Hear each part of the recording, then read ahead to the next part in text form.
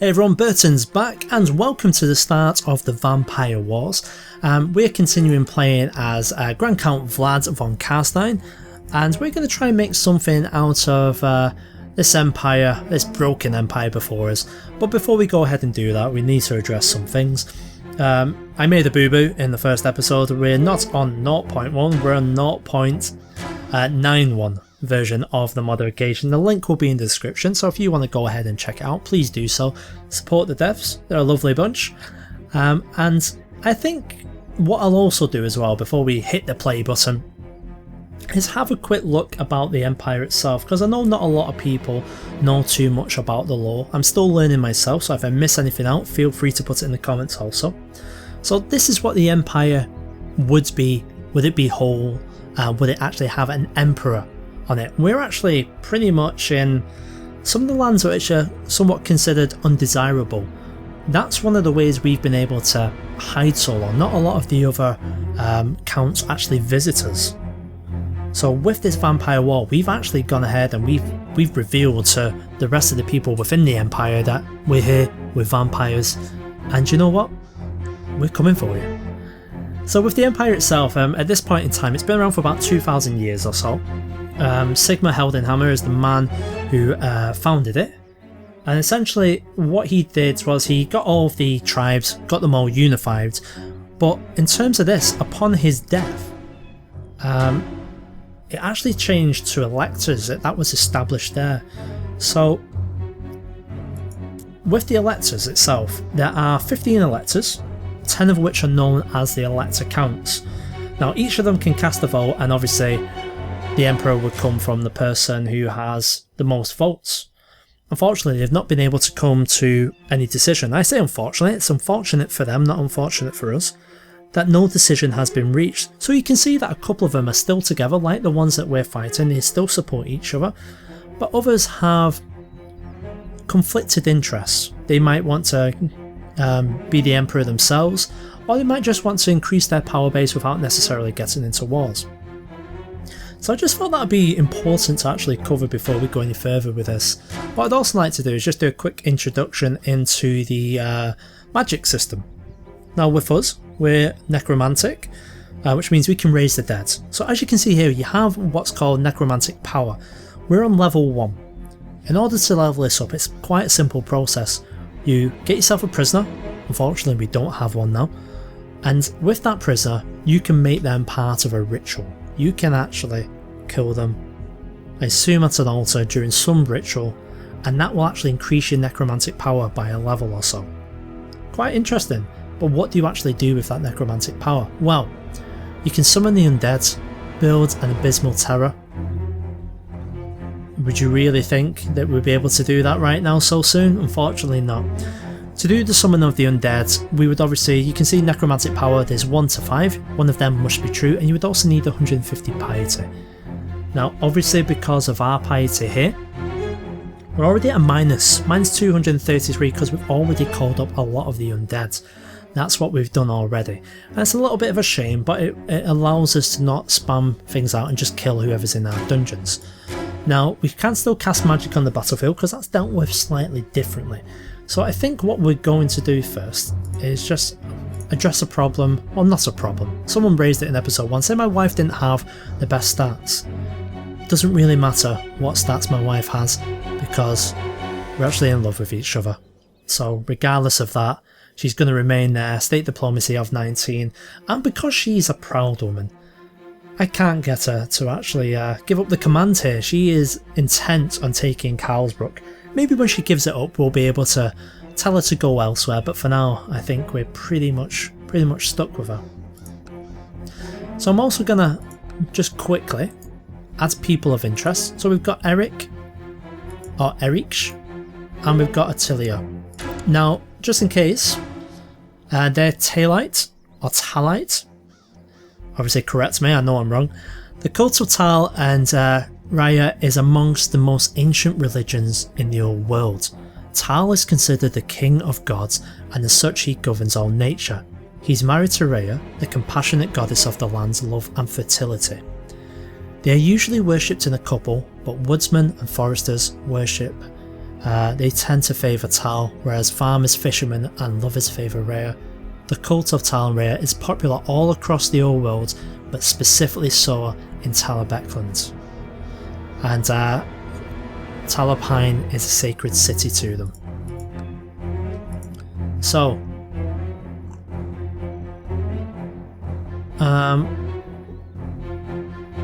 just having a quick look here, there's Talapine. Now we're to stay away from sacred cities. It's meant to cause us some actual problems, but I don't know how that'll actually affect it. Now both of them pretty much within that. They do have someone else who's backing them up, Emperor Manfred of Imperial Midland. And it's quite interesting. Ulriken, if that's how it's said, he's god of wolves, battle and winter. He's usually represented dressed as an ancient warrior, wearing a silver grey wolf pelt. Before the rise of Sigmar, Ulrich was the patron god of the Teutogans. Sorry folks. One of the human tribes that would form the empire. Despite the rise of other cults, Ulrich is still very popular in Middenland, as considered the patron god of the city of Middenheim. Right, so I just wanted you to know who we're dealing with. On a side note as well, they also have Runefangs. These are swords created by Alaric the Mad. This one is called Legbiter, which is quite interesting. There was another one, it was down here. This one's called Troll Cleaver. So each of the elect accounts actually does receive one of them. So we'll check them out as we go through things, just to have a look at the religions as well. There is Sigmarite as well, there is Old Faith, a couple of others. I'm not going to go through them all now, we'll go through them as we encounter them. So let's pop down to the battle where the battle rages. Unfortunately it's Countess Nicola, not myself, who is leading this battle. I am still there though, so I can cast magic on the battlefield, which I am going to do so now. Oh, interesting. So this was different. Those of you who watched my Warhammer playthrough before, there wasn't actually a cap on this. You could actually just spam away, and it was one of the things that we had to use in the end because the computer also spammed away at it. But the AI and us both have now got this stopgap. We cannot go any further. That's fine. I'm happy with that. So what can we actually do? Well, we do have option for Retinues, let us not forget this. I'm quickly going to have a look at these Retinues now. So we've got Undead's Horde, which will cost 250 gold. It's a maximum of 250 special units, which I think we need to start having a look at. Vampiric Knights as well are also meant to be very good indeed. I believe we've got 100 or so in the army here, which we could do with actually splitting up. Because it's not going to be good to actually get them mixed. There's also some Hunters. And some of them actually have some firepower as well. And then we've got Imperial Knights as a retinue. So I think that we'll start having a look at some of that. I would prefer maybe to save for Undead's Hordes. What do you think?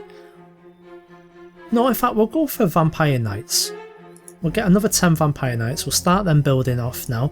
We can call up some more troops, but it's not too many at all, so we're going to have to play this by ear. Now my wife is trying to take Karlsruhe, hopefully that won't be too long, but let's get things started. We've waffled long enough. And obviously if I've missed anything out, feel free to put it in the comment section as well, because we're, in the end, we're both learning, we're going to be educating each other. Okay, so how are things actually going here? So we're in the centre against Captain Kurt. We're doing an advanced tactic, which is going to gain us 300% heavy infantry. They're actually holding out okay, heavy infantry attack bonus there.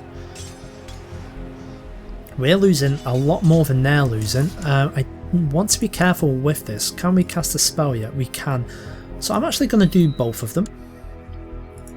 And that's us for Summon Hordes, at least for that period of time. Now they do have some reinforcements themselves and they've just actually appeared. So they've actually got 1,000 men, so I'm glad I've done that. What's their competition? Let's have a look. Sylvanian Arthur's company, Willie's company. I don't know what these people are though. They're obviously all us. They've got the army of Beringer, Imperial Tibet. I don't know if they have many special units. Oh, we'll have to see then, won't we? We're still losing men. This is getting a little bit worrying. We'll raise the dead as well. And obviously the reason why we're doing this so early on is because we need to be having a look at these. Oh, as I draw closer I see the enemy Empress Attilia III. Yes, I'll engage her. If we can get rid of her now, that'd be good. Oh, we've lost Gunther. Captain Garg of Swords. Oh crap. Right, okay. We need a new Chancellor. Oh, it's going to be my wife. That's fine. Well, she's going to be my Chancellor. I think we have to forbid her from leading armies, don't you think? The battle is not yet won. Your enemy did her move and you may as well assess the situation. I think we're going to focus on the first attack without restraint. And just like that, an Emperor lies dead. Oh, sorry, an Empress lies dead at our feet. Who's actually taken over then? Another Attilia. She's only 11 and she's got a runefang called Stonebreaker. Good luck with that, child. Now with that being said, we need to make sure that, yeah, that's fine. We need to make sure that we don't lose too many people. This is ridiculous now. I think we're going to have to break the siege maybe and head on over. Because I don't know how we're losing so many people. Maybe it's our composition, the way we set up our army. Desperately looking for some spells here, that's going to be a bit of an issue. Let's see what we've got. Maybe it's the fact they got us on 2 flanks. They're not actually taking any losses at all. Why are you not taking any losses? Because we can only attack 1 flank, that's understandable, but there's 4,000 of us. And they were only inflicting 16 damage on them. Maybe it's because I am not actually leading. Well, what I'll do is, let me... Oh, Fritz is there. Where the hell am I? I'm actually leading troops in Kurganheim. I am there. Right, we're going to have to send in Fritz. Come on, Fritz, you can do it. They've got 777. We're starting to whittle them down slowly, hopefully. This will give us the second flank that we need, and then we're really going to have a look at setting up properly with our army composition. I just thought that we had enough men to, you know, take them straight away like that. Didn't know it would be that much of an issue, but let's see how this will affect it now. They've got another 219 men coming. They can keep on throwing men at us, as long as we're able to do something about it. Here we go now. Now they've broken straight away. So that's us taught a valuable lesson then, isn't it? That without flanks we are hopeless. So let's combine it. We'll chase after them into this territory and we'll sort out our flanks while we're doing so. Now what I want is, I want the Vampiric Knights on one side. So these guys are all undead. Your Vampiric Knights, you can get on over there. You guys are okay, no Vampiric Knights there. And I think I'm actually going to pull back everyone who's not a Vampiric Knight. I'm actually going to keep them on a flank on their own. I'll send you guys over here. There's not many of you as well.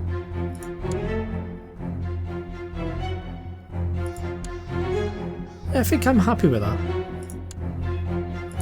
I don't want Lambert leading them. I'll have Hans. No, I won't have Hans. Look at State Hans. Fritz can lead them. And on the other side, we'll have Adrian. And in the centre, we'll have myself. I'm a lot more confident with that now. So let's go ahead and see how our retinue are actually doing. They're slowly increasing. I'm going to wait for them. Our money is still flowing in, which is quite nice. Unfortunately, we can't actually get ourselves any more money to call up anyone else, but it's good for now.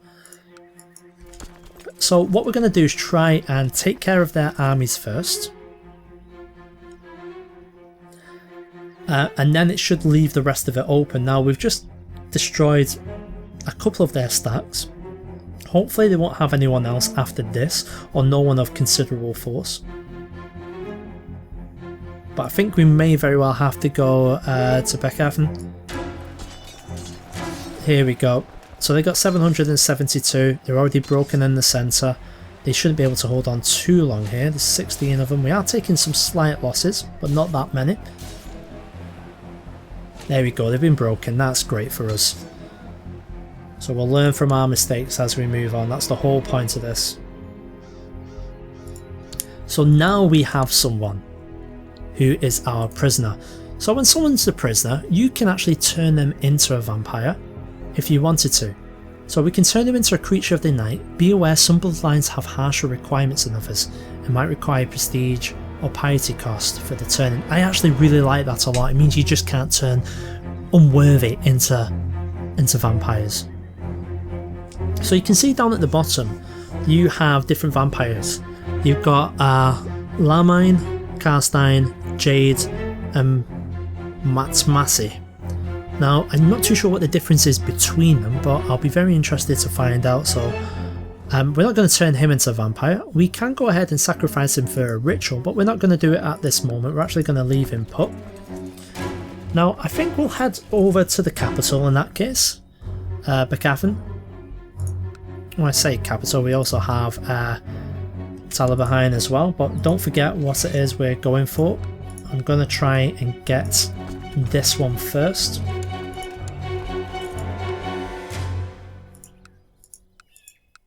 I'm actually quite happy with how things are set up now. Yes, we lost about 3,000 men that we didn't need to then, but things are not going too bad at all. Do we have an option to... No, we can't toggle loot or anything like that. One title can actually be created. We don't have the money to do so. I don't think I want to do it at this very moment. Now, just quickly before we go ahead and finish things off for this, what I wanted to quickly show is just the de jure duchies within Sylvania itself. So each one of these is going to be ruled by so we've got Countess Nevena. And she's obviously a Carstein Vampire, but just so you get a bit of a feel for who we've actually got, there's Bratland as well. And that is Prince Fritz, who's my son. We've also got the lands up here as well, so who do you guys report to? You report directly to me? They do indeed. That's fine. So if anyone has any more information on the different vampires, I'm very interested to find out, so please let me know. But for now, I think this is going to be it for this particular episode. So as we start marching up to Beethoven, or Beethoven, however you want to say it, we are waiting for some more knights to actually get up to their reinforcement limit of 10, and then we'll send them north to join our newly formed right flank of Vampire Knights under Fritz. Doesn't sound too shabby. Thanks for watching, guys. I'll see you in the next one.